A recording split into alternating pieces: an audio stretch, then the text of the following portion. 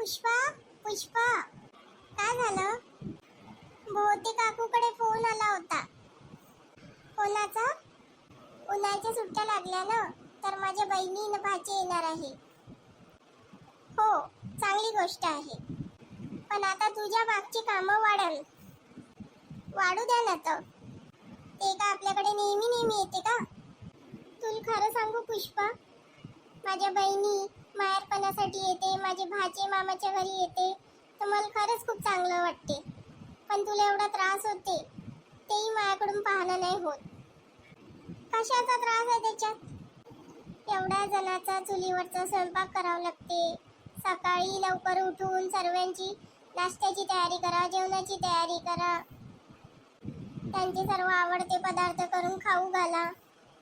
मला काही दिसत नाही असं नाही आहे. स्वतः लागन तर 2 दिवसासाठीही कधी माहेरी जाऊन राहत नाही. जाते तशीच येते. आता ह्या सर्व गोष्टी करण्याची वेळ आहे का हे?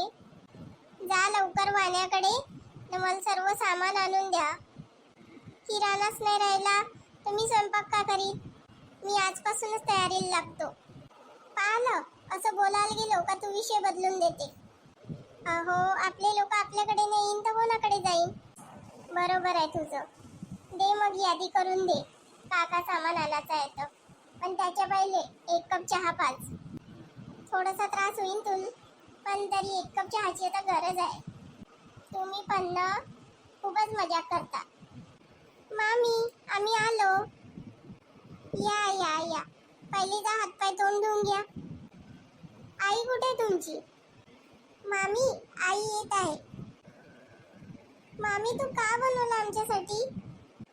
मस्तपैकी शिरा बनवला आहे. पण पहिले हातपाय तोंड धुवून घ्या. ठीक आहे मामी. या ताई या. का सुरू आहे वहिनी? काही नाही, स्वयंपाक झालाच आहे.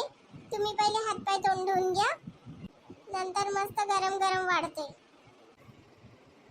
पुष्पा, आमचा त्रास होईन बाबा आता 15 दिवस.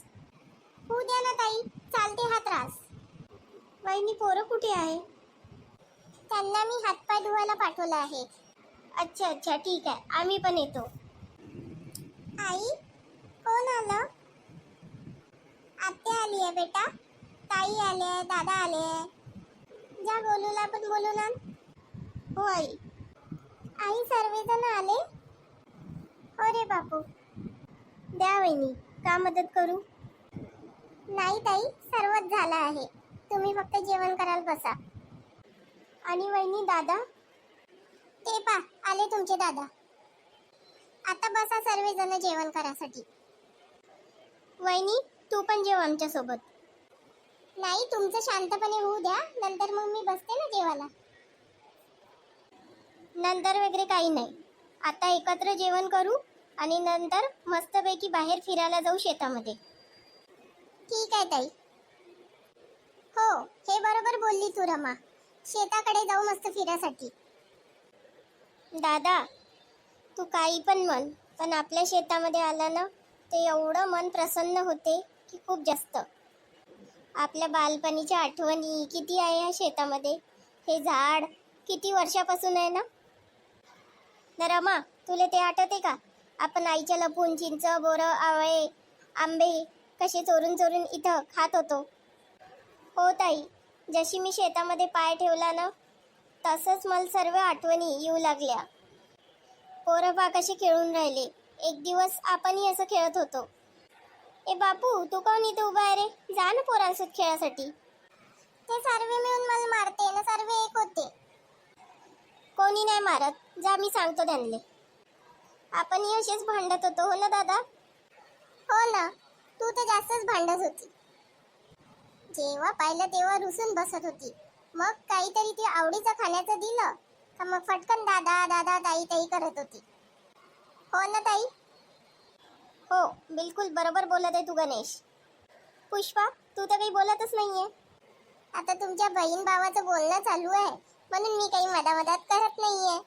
ऐकत आहे चुपचाप. आमच्या बहीण भावाच्या गोष्टी काही संपणार नाही. इथंच बोलत बसू ते इथंच उभं राहू, रात्र होऊन जाईल. हो ताई, हे तर तू बिलकुल खरं बोलली. केव्हा आल्या तर पोरी? काकाजी कशी आहे तुम्ही? चांगलं आहे हो पोरी. मग किती दिवसासाठी आल्याय तुम्ही? आहो आता काकाजी काही दिवस. घराकडे येऊन जा चहा पाण्यासाठी. काकूची तब्येत आता तशी बरी नाही राहत, पण चहा पाणी करू शकते तुमच्यासाठी. अरे काकाजी आम्ही करू चहा, त्याच्यात काय आहे? का काकूल करायला लावणार आहे का? त्यांची एवढी तब्येत खराब आहे तर. आता का पोरीबाईंना आम्ही कामं सांगणार आहे का? पोरीबाई आमच्याकडे कधी कधी ते येते. पोरीबाई पण म्हणता ना कामी नाही सांगीन म्हणते. पहिले तुम्ही घराकडे तर या. हो काकाजी, जसा वेळ भेटला तसा नक्की येऊ. बाजारात चाललो मी, तुम्हाला काही पाहिजे का? राणी शेवंता सांगा लवकर. नाही मामा काहीच नाही पाहिजे. आताच मामीन पुष्पा साऱ्या करंज्या आणि चिवडा दिला होता खासाठी. तरी आणखी काही पाहिजे असेल तर सांगा. मामा आमच्यासाठी खेळभांडे घेऊन ये. आणि मामा आमच्यासाठी बॅट बॉल घेऊन ये. ठीक आहे आणतो. गणेश खूप झाले लाड. एवढे लाड नको करू त्यांचे, डोक्यावर बसन. आपल्या मामाकडे का ते नेहमी नेहमी येते का? हो पण मग घरी गेल्यावर आम्हाला त्रास देईल. नाही देत त्रास, सर्वेच्या सर्वे समजदार आहे. तुम्ही दोघींना करंजीन चिवडा खाल्ला का? अरे आलो तेव्हापासून नुसतं खाणं चालू आहे. करंज्या, पुरणपोळी, लाडू, चिरोटे सर्वच तर काही झालं. बाहेरचं अन्न सुरूच राहते तुझं आणखी.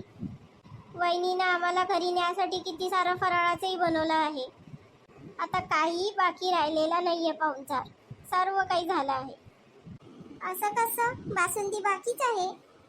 अरे बापरे, आता बासुंदी बाकीच आहे का? हो ना पुष्पा, झाला आता बाबा पाहुणचार. आता घरी जाऊ दे आम्हाला. आताच कुठं जाता ताई घरी? पुन्हा काही दिवस राहा. उद्या आम्ही निघू म्हणतो पुष्पा. असं कसं ताई? तुम्ही उद्याच निघाल? हो रे गणेश, आता झाले ना 15 दिवस ना आम्ही इथं नाही आहे. तर घरच्यांची पण मग हाल होते खाण्याची ना. आता काही सासूबाईकडून होत नाही कामं. हो दादा, आता निघू आम्ही उद्या. तुम्ही होते तर कसं घर भरल्यासारखं वाटत होतं. पोरं बाळ मस्त खेळत होते इकडे तिकडे. पण आता जावं तर लागणच ना दादा. ठीक आहे जा, मी काही म्हणणार नाही. पण येता येता पुष्पा मी दूध घेऊन येतो. आजच पासंदीचा कार्यक्रम करून घेऊ आपण. हो घेऊन या. राहू दे पुष्पा, नको करू. नाही आता बासुंदी भजे पुरी सर्व आज काही करीन मी. वहिनी तू थकली नाही का? एवढं सारं फराळाचं बनवलं तर. आता बांधून पण देशील उद्या खूप सारं. मग बांधून नाही द्यायला पाहिजे? पण गणेश न पुष्पा, एक गोष्ट मनाची आहे. बोल ना ताई. आम्हाला वाटलं होतं काही वडील नाही आहे तर माहेर पण नाही होईल.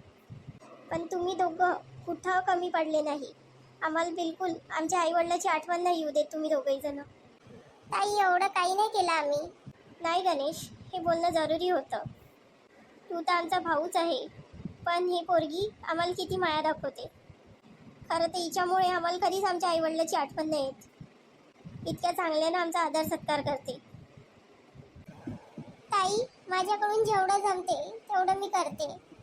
वहिनी खूप करते तू. चला जा लवकर, पटकन बासुंदीसाठी दूध घेऊन या. मग मला बासुंदी आठवावी लागल. आज आम्ही कामात मदत करतो तुझी. नको नको ताई, राहू द्या. आता पुष्पा काही नको बोलू, सर्वजण मिळून कामं करू. चालेल ना? हो ताई चला. पाहता पाहता 15 दिवस कसे निघून गेले माहीतच नाही पडलं. आता वहिनी तुझी, दादाची न पोरांची, गावाची खूप आठवण येईल. रडू नका ना ताई. एवढा दिवस आम्ही इथं राहिलो, नाही म्हटलं तरी रडायला येईनच. हे अश्रू आनंद अश्रू आहे, समाधान आहे. आम्ही माहेरी आल्यावर जे आम्हाला प्रेम भेटते, मान भेटते, त्याचे अश्रू आहे. ए दादा रडू नको ना. माझ्या बहिणी भाचे भाची एवढे दिवस राहिले ना, आता जात आहे तर रडायला येईनच ना. ताई बैलगाडीमध्ये सर्व सामान ठेवलं आहे. फराळाचं ठेवलं आहे, शेतामधलं काही सामान निघलं, डाळी भाज्या त्या ठेवल्या आहे. पोरांसाठी काही भेटवस्तू आहे न तुमच्यासाठी जसं जमन तसं साड्या घेतल्या आहे. आणि काही उन्हाळी वाळवणाचं पण सामान ठेवलाय. पापड, कुरवड्या, सांडगे. आता एवढं सर्व देण्याची का गरज आहे पुष्पा? आज जर सासूबाईनं सासरी बुवा असते तर तुम्हाला माहेरहून असं खाली हात पाठवलं असतं का? माझ्यापाशी शब्दच नाही तुमच्या दोघांसाठी बोलासाठी. चल निघतो आता आम्ही, नाही तर बस सुटून जाईल.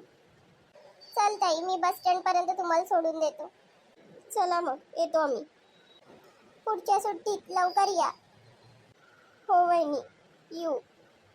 आले तुम्ही बस स्टँड वरून सर्वांना सोडून? हो, आलो. पुष्पा, एवढे दिवस ताई, पोरं इथं राहिले. आता घर बघ कसं खायला उठत आहे. तुम्ही सर्वजण बस स्टँडवर गेले ना तेव्हाची मी इथेच आहे. मला कामं करण्याची पण आता इच्छा नाही होऊन राहिली. पण आपणही किती दिवस त्यांना आपल्या घरी थांबवायचं? आपण फक्त एकच करू शकतो, पुढच्या सुट्टीची वाट पाहू शकतो.